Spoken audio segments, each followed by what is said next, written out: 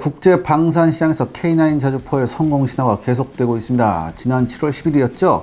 루마니아가 1조 3천억 원의 도입 계약을 체결했습니다. 그런데 이렇게 잘 나간 우리 K9에 최근 튀르키예와 중국이 신형 자주포를 개발하면서 도전장을 냈습니다. 튀르키예는요, K9에 약간의 개조를 적용해 개발한 푸트나 자주포를 생산하고 있죠. 중국의 신의 자주포 PLZ-05B가 도전장을 내밀고 있습니다. 중국은 1998년부터 PLZ-05A라는 신형 자주포 개발 사업을 시작했고요. 개발 목표는 무려 독일의 PZH-2000급 성능의 달성이었습니다. 그리고 PLZ-05A 자신이 가지고 있는 한계점도 분명합니다.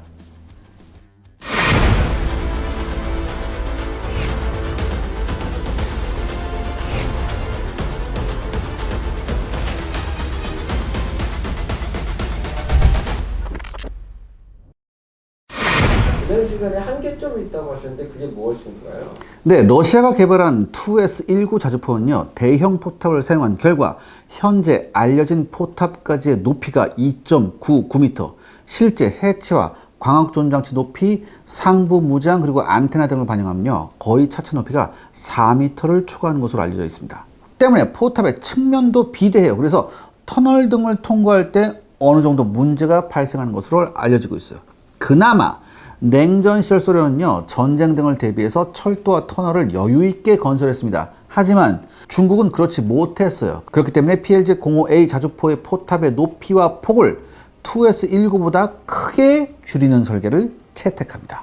그리고 이 과정에서 포탑 내부 공간이 크게 축소돼서요, 자동 잔전 장치와 포탄에 할당되는 공간이 2S19와 비교해서 약 40%가량이나 줄어듭니다. 그래서 포탄 탑재량이 30발에 불과해요. 이와 비교해 K9 자주포는요, 포탄 탑재량이 48발입니다. 그렇기 때문에 PLZ-05A와 비교해 탄약 탑재량이 50% 이상 우수한 거죠. 추가에 앞서 언급했듯이 중국은요, 금속재 장약을, 그러니까 한마디로 탄피요. 근데 러시아 애들은 황동재인데 중국은 철제를 쓰거든요.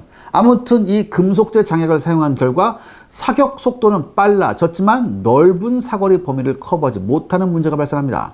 중국은 이 문제로 인해 수출 시장에는 PLZ-05A가 아닌 모듈식 장약을 사용할 수 있는 PLZ-45나 그 개량형 자주포를 주로 제한하고 있죠.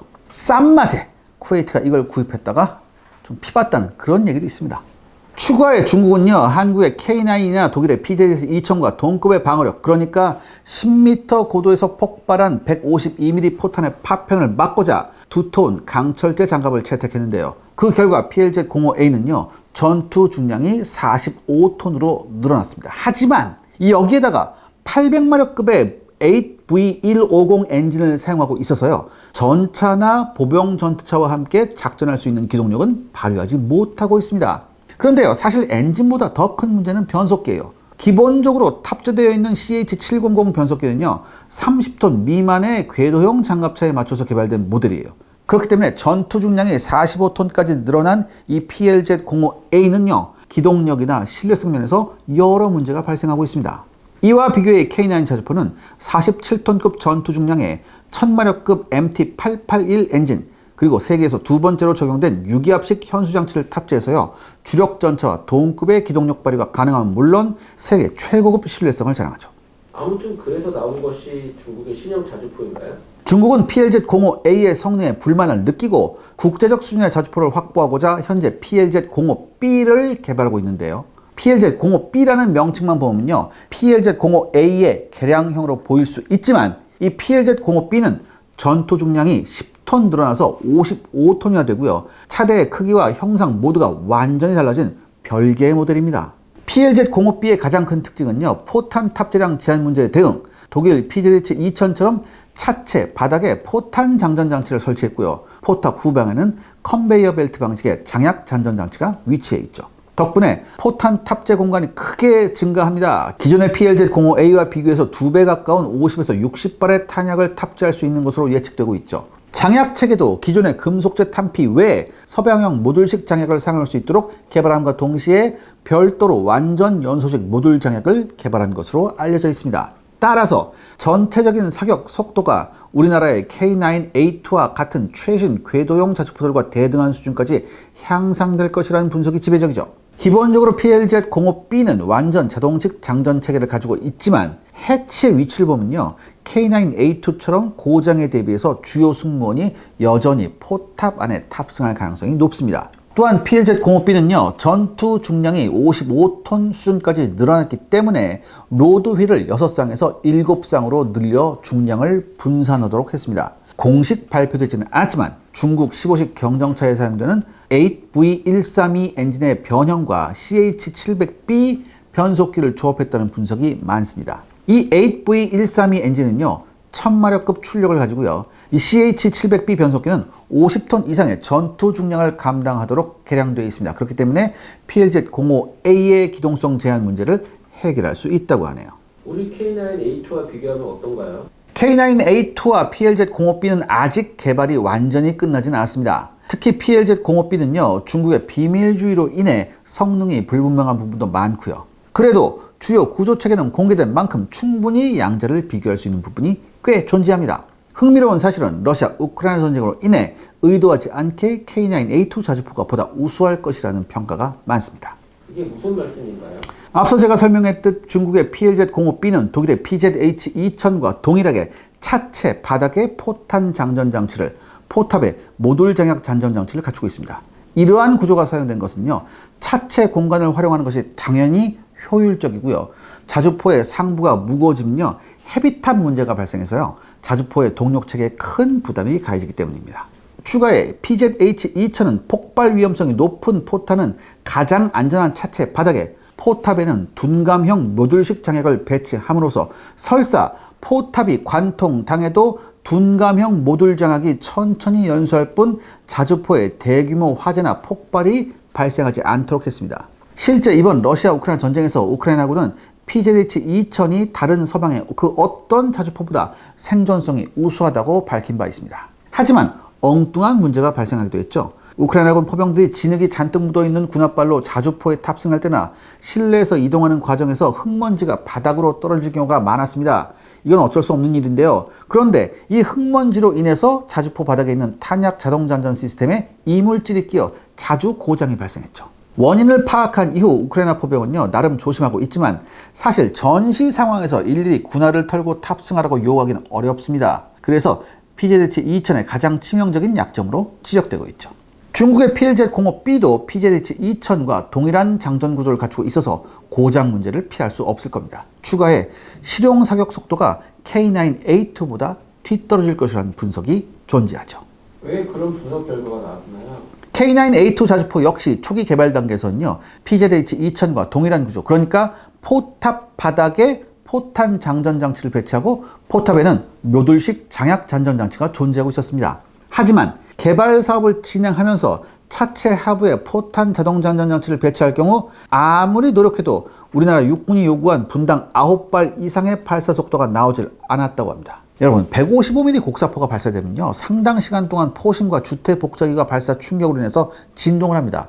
따라서 이를 안정화시키는 데는 어느 정도의 안정화 시간이 필요하죠. 그리고 차체 하부에 위치한 155mm 포탄을 약실 두피까지 들어 올려서 장전하는데도 상당한 시간이 필요합니다. 아무리 시스템 구성을 바꿔봐도 요구된 분당 9발의 속도가 나오지는 않았었어요. 이에 한화 에어로스페이스와 ADD 관계자는요, 포탑 상부에 155mm 포탄과 모듈 장약 장전 장치를 함께 배치해서 장전 시간을 줄이는 구조를 선택할 수밖에 없었습니다. 그래서 포탑이 훨씬 대형화되었고요, 전투 중량도 3톤 정도 늘어났죠. 실제 유튜브 등을 통해 독일제 PZH-2000이 분당 10에서 12발을 사격하는 장면을 보면요, 위력이 약한 2호 모듈 장약을 사용해서 분당 10에서 12발 사격 테스트를 수행하고 있음을 볼 수 있습니다. 이와 비교해 우리나라의 K9A2는요, 육군이 실제 전투 상황 및 훈련 상황에서 가장 많이 사용하는 4호 모듈 장약을 사용해서 사격 테스트를 수행했습니다. 당연히 반동 문제가 심각해서 포탑 안에 포탄과 모듈 장약 모두를 집어넣는 것 외에는 해결책이 없었다고 합니다. 한화 에어로스페이스 관계자는 반동 문제를 해결하고자 수많은 논문을 검토했지만 그 어떠한 방법도 존재하지 않았다고 합니다. 최선은 포탑 안에 포탄과 모듈식 장약 장전자를 모두 집어넣는 것이 유일한 답이었대요. 그렇기 때문에 관계자는 어떤 말을 하냐, PZH-2000의 사격 속도가 외부의 공개 수치로는 K9A2보다 높을 수 있지만 실용 사격 속도는 K9A2가 세계 최고일 것이라고 설명해 줬습니다. 그리고 이건요, 중국의 신형 자주포인 PLZ-05B에도 해당된다고 합니다. 즉, PZH-2000이나 PLZ-05B보다 우리 K9A2가 실용 사격 속도가 더 높다는 거죠. 우리 K9A2에는 또 다른 혁신이 있다고 하는데요. 네, 맞습니다. 이 K9A2의 또 다른 혁신은요, 바로 모듈식 둔감 장약의 채용이죠. 국방과학연구소는요, K9A2에 분당 9발 이상의 사격 속도를 부여하는 연구를 진행하던 도중, 현재 K9 자주포에서 사용 중인 K676이나 K677 모듈 장약의 외피가 약해서 자동 장전장치의 사용이 어렵다는 사실을 발견합니다. 사실 러시아의 2S19가 괜히 금속재 탄피를 사용하는 것이 아니에요. 그래서요, 자동 장전장치에 맞춰서 모듈식 장약의 외피를 보강하면서 추가의 피격 시의 안전성 강화를 위해서요, 26억 원을 투입해 새롭게 둔감형 모듈식 장약 MACS를 개발했죠. 이 신형 둔감형 모듈식 장약은요, 추진체에 특수한 플라스틱 코팅이 적용되면 물론 폭발이 잘 일어나지 않는 구조로 추진체를 배치합니다. 그 결과 약실이 상당히 가열된 상태에서 장전해도 폭발이 발생하지 않으면 물론 12.7mm 중기관 총탄의 피탄, RPG-7 대전차 로켓의 관통, 그리고 대규모 화재가 발생해도 모듈식 장약이 폭발하지 않고 단지 연소만 된다고 합니다. 현재 우크라이나 전장에서 활약 중인 PZH-2000 자주포가 바로 둔감형 모듈식 장약을 사용하고 있어요. 덕분에 러시아 자폭 드론의 공격을 당해도 대폭발이 발생해 승무원이 전원 사망하는 사례는 아직까지 없었다고 합니다. 이와 비교해 폴란드의 크랩 자주포는요, 재래형 모듈식 장약을 사용하고 있어서요, 자폭 드론에 명중당하면 대폭발을 일으키고 있어서 PZH-2000보다 한 수 아래로 평가받고 있습니다. 그래서 제가 열심히 모든 자료를 검색하고 검토해 봤지만 중국의 PLZ-05B가 사용하는 모듈식 장약이 둔감형이라는 정보는 확보하지 못했습니다. PLZ-05B는요, 여전히 금속재 탄피형 재래식 장약도 함께 사용할 계획입니다. 그렇기 때문에 자폭 드론이나 DPICM, 즉 이중 목적 자탄 등의 공격을 당하게 되면 대폭발을 일으킬 가능성이 높아요. 정리하면 K9A2는요, 실용 사격 속도, 생존성 면에서 PLZ-05B 자주포보다 한 등급 상위일 가능성이 높습니다. 그리고 PLZ-05B가 사용 중인 8V132 엔진은요, 독일이 1970년대 생산한 MT871 엔진을 복제한 모델입니다. 여러분, 근데요, 우리나라 K9A2가 사용할 한국형 SMV1000 엔진은요, 독일이 2000년대부터 생산한 MT881 엔진을 국산화시킨 모델이에요. 전 세계적으로 MT881급 엔진을 개발한 국가는 현 시점에서 독일과 우리나라만 존재할 정도로 상당한 업적입니다. 이 SMV1000은요, 8V132 엔진보다 한 세대 앞선 모델을 쓰여 30% 이상 엔진의 최적과 중량이 작고 연비도 우수합니다. 그렇기 때문에 그만큼 차체 크기를 줄여주거나 동일 크기라면 보다 많은 연료 혹은 탄약의 탑재를 가능하게 해주죠. 중국의 PLZ-05B와 한국의 K9A2는 중동 시장에서 경쟁할 가능성이 높습니다. 그런데요, 최소한 성능 면에서는 K9A2가 한 수 위의 평가를 받을 것이라고 전 감히 자신합니다. 시청자 여러분들의 구독과 좋아요는 영상 제작에 정말 큰 도움이 됩니다. 여러분들 부탁드리겠습니다. 구독과 좋아요. 오늘의 결론은요? 네, 현재 우리나라는 내외적인 수많은 도전에 직면해 있죠. 경제, 군사 및 안보 분야에서 선발주자의 견제, 후발주자의 맹렬한 추격에 시달리고 있습니다. 이런 와중에 우리에게 한 줄기 빛이 된 것이 바로 K방산이었습니다. 그 중에서도 K9은 그 어떤 무기체계와 비교해도 압도적인 수출 실적과 호평을 받고 있죠. 당연히 선발주자인 PZH-2000은 K9을 따돌리고 더 치고 나가려고 할 것이고요. 후발주자인 푸투나와 PLZ-05B는 우리의 덜미를 잡으려고 할 겁니다. 때문에 지금 우리는 지금의 K방산 실적에 만족해서는 안 됩니다. 한번 반짝한 원히트 원더가 된다면 K방산의 신화는 허상일 뿐이죠. 따라서 끊임없는 혁신, 끊임없는 도전과 함께 끊임없는 투자가 있어야 합니다. 최근 미국의 보잉이나 애플이 하는 짓을 보면요, 이것이 얼마나 중요한지 알 수 있습니다. 기술로 먹고 사는 회사가 명성을 얻게 되면요, 마케팅과 영업팀이 강화가 됩니다. 그리고 결국에는 마케팅과 영업팀이 회사의 주체가 돼서요, 물건을 팔아먹을 생각만 하고 더 이상 기술 혁신을 하지 않게 되죠. 결국은 회사가 위기에 처합니다. 이런 예를 우리는 반드시 반면교사로 삼아야 합니다. 가진 거 하나 없는 우리나라는 진짜 사람으로 기술로 먹고 살아야 합니다. 따라서 국가 차원에서 R&D 투자는 더욱 확대돼야 되죠. 아울러 우수한 인력들이 과학과 공학 분야에 더 많이 갈 수 있다. 뭐 이건 제가 너무 많이 얘기해가지고 이제 제가 입이 아파요. 요즘 트럼프 당선으로요, 이런 외부의 변화가 우리에게 불안 요소가 될 수 있다고 언론에서 떠드는데요. 전 그렇게 생각하지 않습니다. 우리 내부의 정치적 분열과 여러 판단 미스가 훨씬 더 큰 불안 요소라고 전 생각해요. 우리의 진정한 강점을 확인한 이때 우린 절대 이 기회를 놓쳐서는 안 됩니다. 여러분 안녕하세요. 올해의 끝이 다가오고 있습니다. 참 다사다난했던 2024년이었던 것 같습니다. 특히나 올해는 6.25 참전 용사분들에 대한 충격적인 소식을 많이 알려드린 것 같은데요. 92세 나이에 폐지를 줍는 참전 용사의 소식, 피부암인데도 씻지 못하는 화장실로 고통받는 참전 용사의 소식, 이 외에도 이들이 살고 있는 열악한 주거지가 공개되며 많은 분들에게 충격을 줬습니다. 비닐로 막은 문, 무너지고 쪼개진 천장, 제대로 쉴 수 없는 공간들, 그야말로 우리가 생각하는 영웅의 현실이라고는 생각되지 않았죠. 더욱 놀라운 건 참전 용사들은 70여 년 전 전쟁에 자원했던 혹은 나라를 구하기 위해 목숨 바쳐 싸웠던 그 모든 순간들을 후회하지 않으며 여전히 집에 태극기를 걸고 있다는 것입니다. 그리고 여기 올해 이 소식을 바삐 알리며 지낸 한 기업이 있었죠. 인프레시는 정말 셀 수 없이 많은 참전 용사들에게 그들이 수십 년간 가장 희망한 것들을 지원하기 시작했고요. 이 모든 충격적인 사건들을 밝혀냈습니다. 뿐만일까요? 어찌 보면 기업에게 가장 중요하고 큰 시장일 수 있는 중국을 등지면서까지 한국 역사를 왜곡하는 중국인들과 맞서 싸우고 해외에서 돌아오지 못하고 있는 한국의 유물을 들여와 대한민국 국민들의 이름으로 박물관에 기증하는 전례 없는 행보도 보이고 있습니다. 인프레시는 사실 정말 작은 기업입니다. 몇 안 되는 인원이서 이 모든 일들을 해온 것이죠. 사실 사기업은 이득을 위한 움직임이 클 수밖에 없습니다. 그런데요, 정말 보이지 않는 곳에서 이렇게까지 하기에는 큰 결심이 필요할 겁니다. 2024년 샤레 군사연구소를 통해 인프레시를 알리며 정말 많은 분들이 동참해 주셨다고 전달받았습니다. 그렇기에 저 역시 책임감을 가지고 알리고 있으며 많은 분들의 관심과 동참이 많은 기적을 이뤄냈다고 생각합니다. 그래서 오늘 준비된 상품이 더욱 특별할 텐데요.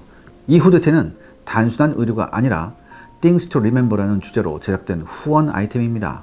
우리나라의 상징을 담아 깊은 의미를 내포하고 있고요.